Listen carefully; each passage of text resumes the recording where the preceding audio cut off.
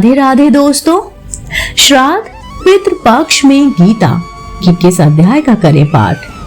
दोस्तों कहते हैं जो व्यक्ति पितृपक्ष के 15 दिनों तक तर्पण श्राद्ध आदि नहीं कर पाते हैं, इस दिन अपने पितरों की शांति के लिए गीता के 7वें अध्याय का पाठ पढ़ें और उनका फल अपने पितरों को प्रदान करें। जी हाँ, भगवान शिव कहते हैं, पार्वती अब मैं 7वें अध्याय का महात्म बतलाता हूँ, जिसे सुनकर कानों में अमृत राशि भर जाती है। पाटलिपुत्र नामक एक दुर्गम नगर है, जिसका गोपुर यानी कि द्वार बहुत ही ऊंचा है। उस नगर में शंकुकर्ण नामक एक ब्राह्मण रहता था। उसने वैश्य वृत्ति का आश्रय लेकर बहुत धन कमाया, किंतु ना तो कभी पितरों का तर्पण किया और ना ही देवताओं का पूजन। वह धनोपार्जन में तत्पर होकर राजाओं को ही भोज दिया करता था। एक समय की बात है, उस ब्राह्मण ने अपना चौथा विवाह करने के लिए पुत्रों और बंधुओं के साथ यात्रा की। मार्ग में आधी रात के समय जब वह सो रहा था, तब एक सर्प ने कहीं से आकर उसकी बाह में काट लिया। उसके काटते ही ऐसी अवस्था हो गई कि मणि, मंत्र और औषधि आदि से भी उसके शरीर की रक्षा असाध्य जान पड़ी। तत्पश्चात कुछ ही क्षणों में उसके प्राण पेखुड़ उड़ गए और वह प्रेत बन गया। फिर बहुत समय के बाद वह प्रेत सर्प योनि में उत्पन्न हुआ। उसका चित्त धन की वासना में बंधा था। उसने पूर्व वृत्तांत को स्मरण करके सोचा, मैंने घर के बाहर करोड़ों की संख्या में अपना जो धन गाड़ रखा है, इससे इन पुत्रों को वंचित करके स्वयं ही उसकी रक्षा करूंगा। सांप की योनि से पीड़ित होकर पिता ने एक दिन स्वप्न में अपने पुत्रों के समक्ष आकर अपना मनोभाव बताया। तब उनके पुत्रों ने सवेरे सवेरे उठकर बड़े ही विस्मय के साथ एक दूसरे से स्वप्न की बात कही।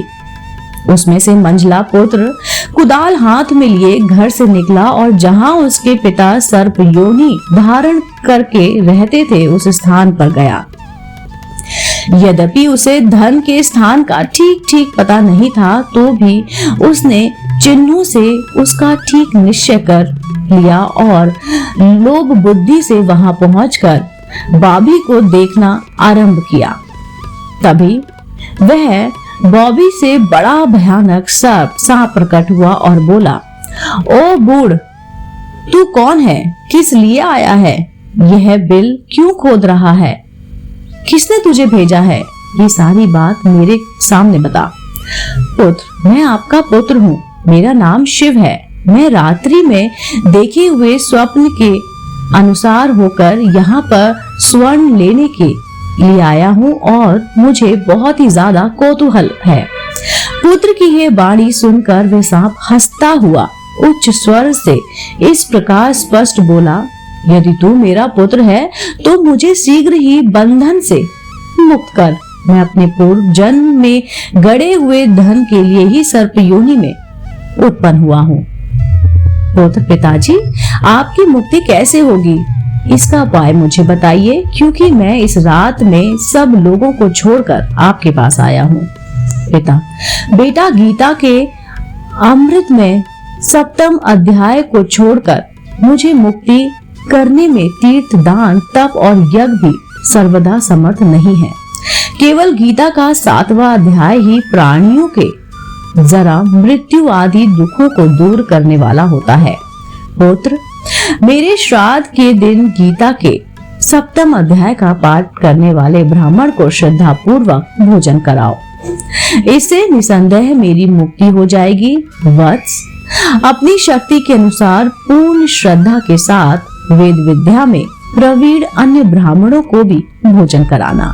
सर्प योनि में पड़े पिता के ये वचन सुनकर सभी पुत्रों ने उनकी आज्ञा अनुसार तथा उनसे भी अधिक किया। तब शंकुकर्ण ने अपने सर्प शरीर को त्याग कर दिव्य देह धारण किया और सारा धन पुत्रों के अधीन कर दिया। पिता ने करोड़ों की संख्या में जो धन उसमें बांट दिया, उससे वे पुत्र बहुत ही प्रसन्न हुए। उनकी बुद्धि धर्म में लगी।